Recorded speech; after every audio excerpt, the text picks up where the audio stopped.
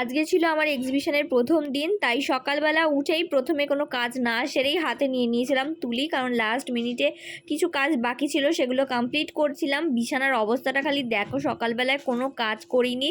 প্রথমেই কিন্তু বসে গেছিলাম এই টোট ব্যাগ নিয়ে, টোট ব্যাগটা বাকি ছিল সেই জন্য, আর প্যাকিং করছিলাম। আজকে আমার এক্সিবিশনের প্রথম দিন, সেই জন্য 2:30 থেকে 3টের মধ্যে ঢোকার জন্য বলে দেওয়া হয়েছিল। 4টে থেকে রাত 9টা অবধি এক্সিবিশনটা হবে।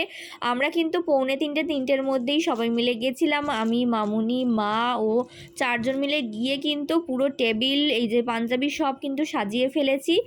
আর এটা যে এক্সিবিশনটা, এটা হচ্ছে রামরাজাতলা পুরানো 52 বাস স্ট্যান্ডের কাছে ষষ্ঠীতলার আনন্দধাম ভবনে, একদম ঝর্ণা লেডিসের কিন্তু গায়ে রয়েছে আনন্দধাম ভবন।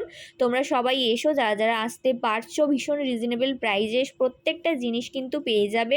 প্রত্যেকটা জিনিস কিন্তু হাতে তৈরি।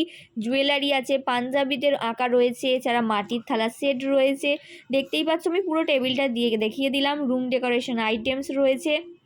তো তোমরা কিন্তু অবশ্যই এসো আর ভিজিট করো আমার স্টল নাম্বার 11। আশা করছি তোমাদের প্রত্যেকটা জিনিস ভালো লাগবে, এবং সবথেকে যেটা মেন ইম্পর্টেন্ট, যে ভীষণ রিজনেবল প্রাইসে তোমরা সুন্দর সুন্দর জিনিস কিন্তু যদি পেতে চাও, অবশ্যই এসো রামরাজাতলার আনন্দধাম ভবনে। আমার স্টল নাম্বার হচ্ছে 11, একদম ভুলো না।